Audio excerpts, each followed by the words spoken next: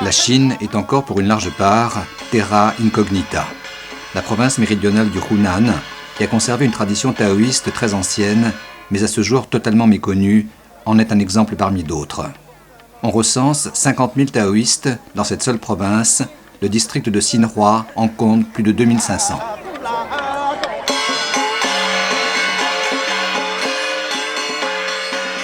Chan Demei est considéré comme le plus grand maître de cette région.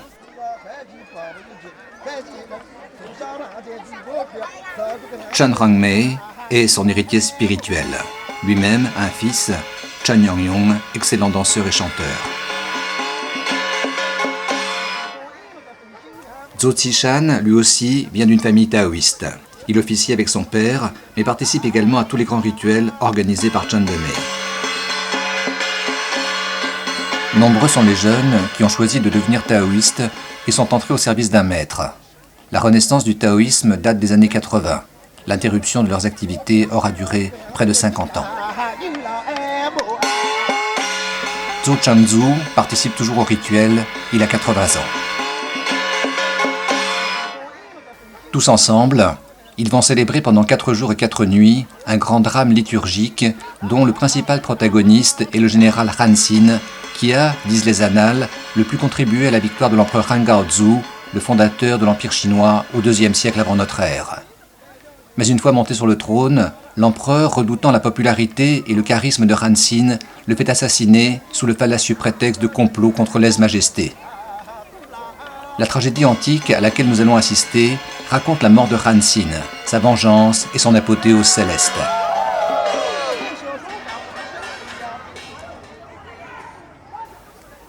Dehors, on accroche un grand mémoire avec le titre et la fonction du maître taoïste qui va présider aux cérémonies, le pourquoi de cette fête, tout le programme des rites, le récit des exploits militaires de Han Xin, les noms des commanditaires et des fidèles qui ont participé financièrement à sa réalisation.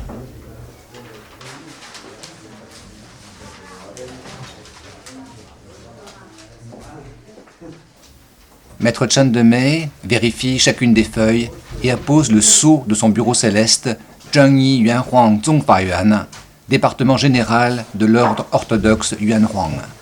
Ce terme de Yuanhuang désigne la tradition taoïste locale par opposition à la liturgie nationale qui s'apparente davantage au rituel de cour. Le Yuanhuang est fortement marqué par les pratiques exorcistes, thérapeutiques et martiales, mais ces deux versants du taoïsme sont ici inséparables et complémentaires. L'entête du mémoire indique que le bureau de Chan Demei dépend du Taixuandu Shangfu, la préfecture de la capitale du Grand Mystère, qui est l'organe suprême de l'administration taoïste. Le texte est écrit en langue classique et est truffé d'allusions littéraires. Par son style, ce grand mémoire rappelle que les taoïstes demeurent dans cette Chine profonde que l'on connaît si mal, les dépositaires de la grande tradition lettrée.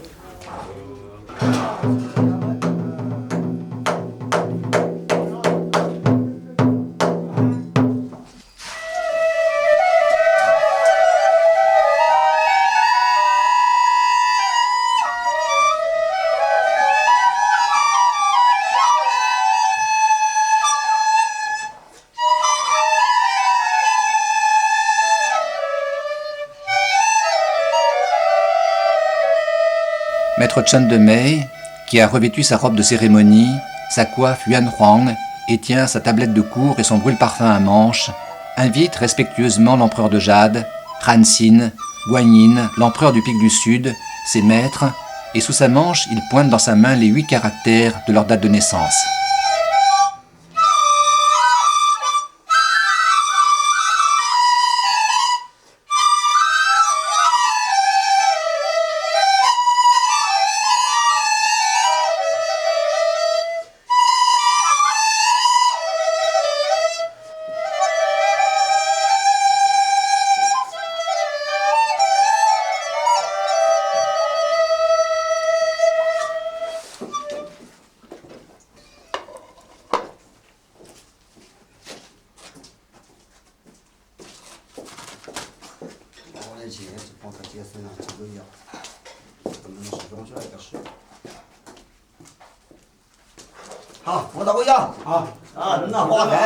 Puis il salue les commanditaires en leur souhaitant fortune et prospérité.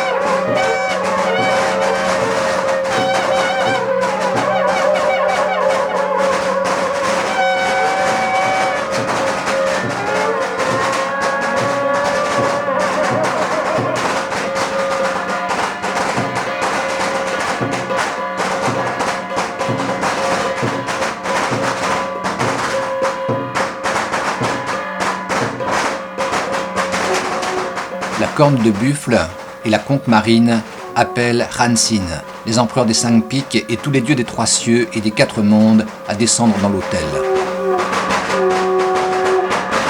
Ce premier rituel, qui s'appelle Tshishou, est une longue invitation à tout le panthéon céleste.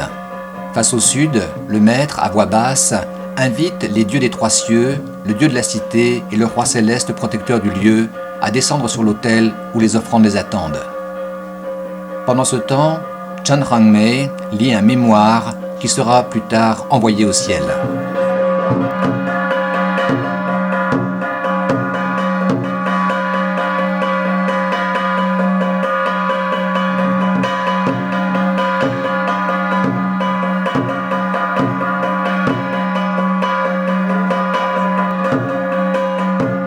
À l'intérieur de l'autel, du côté gauche, le maître écrit avec une feuille de monnaie d'offrande enflammée les 4 caractères Isin Guiming, je m'en remets sincèrement à la volonté du ciel.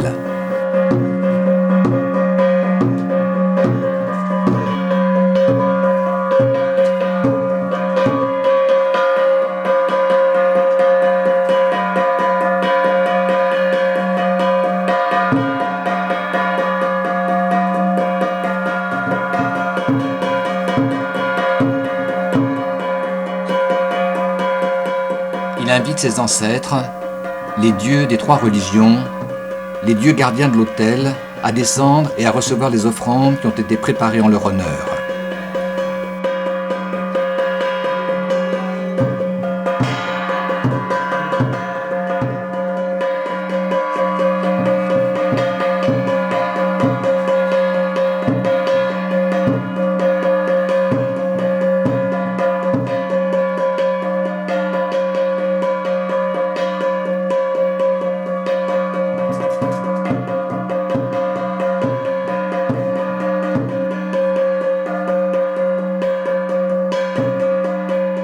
Revenu au centre, il écrit le nom secret de l'étoile polaire, Zway, la plus haute des constellations célestes qui représente tous les dieux de l'univers.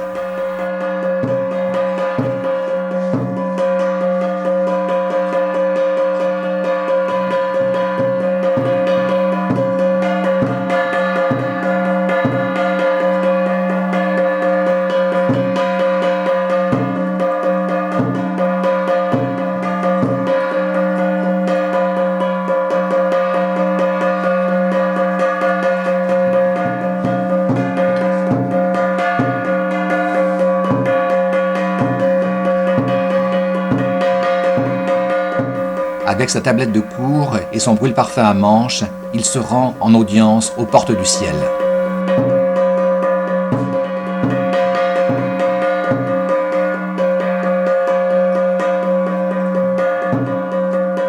Il invite les saints du Panthéon, qu'il visualise un par un, à descendre pour recevoir les offrandes qui ont été préparées.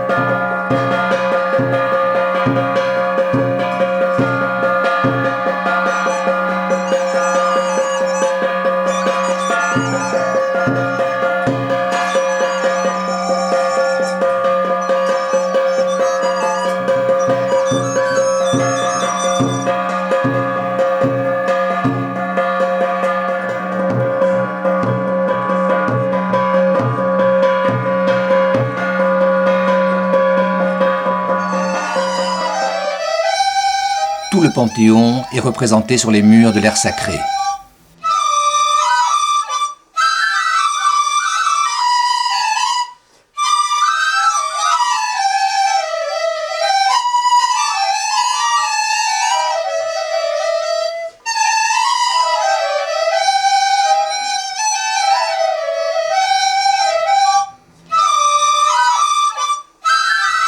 On reconnaît entre tous le général Hansin avec ses drapeaux de commandement.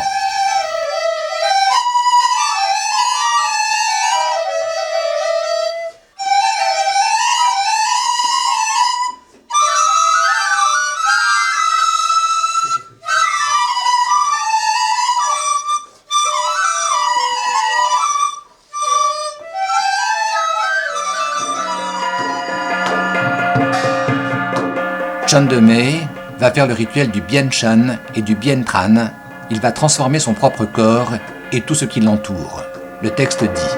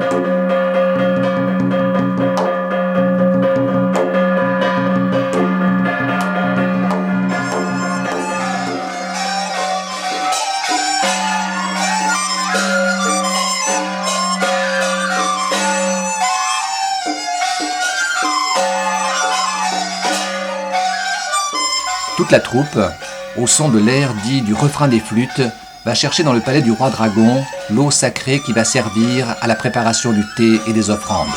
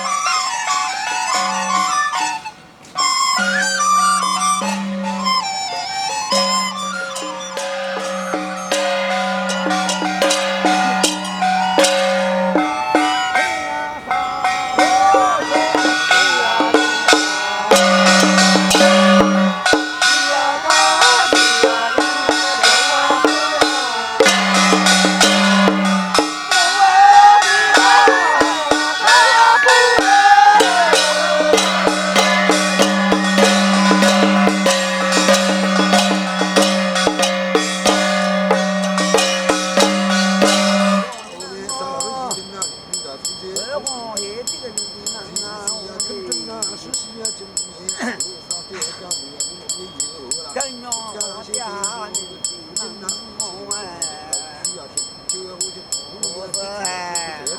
Gõ để không bỏ lỡ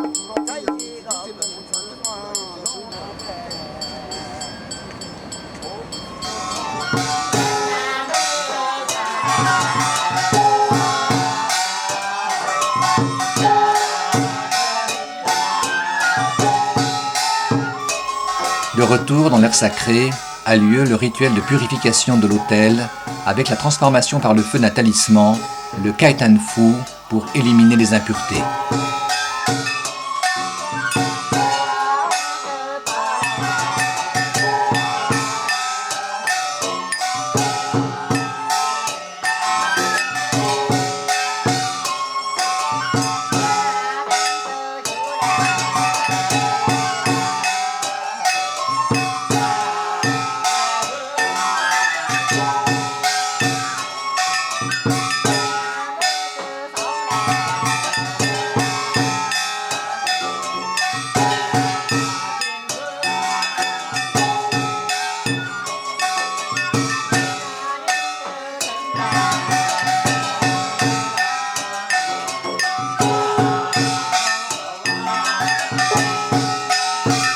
Les cavaliers célestes que l'on voit sur l'autel vont alors porter les requêtes écrites sur papier jaune dans tous les départements, préfectures et ministères de l'au-delà.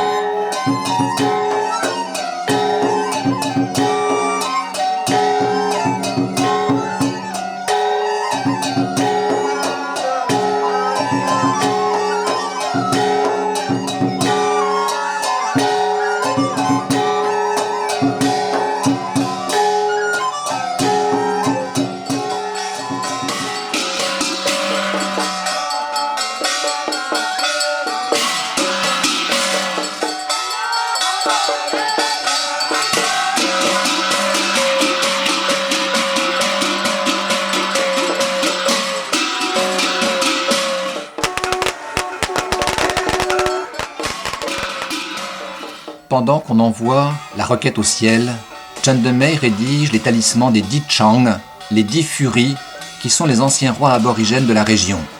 Ransin, au moment de la conquête du sud et de la sinisation des populations locales, les a enfermés dans la grotte Wufangdong et en a fait ses subordonnés.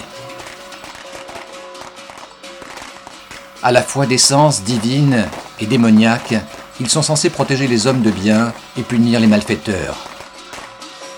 Ils réclament des offrandes sanglantes. Ce sont eux qui vont être chargés de capturer le démon responsable de la maladie de l'empereur Han Gaozu, qui est tombé gravement malade après avoir fait assassiner Ransin. Un édit impérial a alors été placardé dans tout le pays pour inviter à son chevet tous les grands médecins en promettant de fortes récompenses à celui qui le guérirait. C'est un taoïste du nom de Zhu Rong qui se présenta et organisa le rituel du Duchongyuan à la cour, celui-là même que l'on refait aujourd'hui.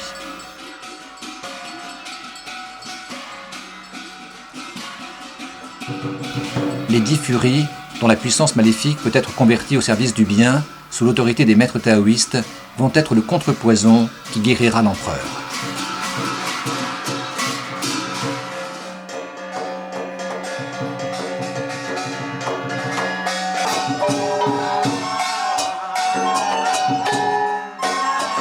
L'après-midi, le rituel de l'invitation au maître ancestral commence par une procession dans l'autel en chantant un hymne au Tao tout à fait dans la veine des textes du temps de Lao Tzu.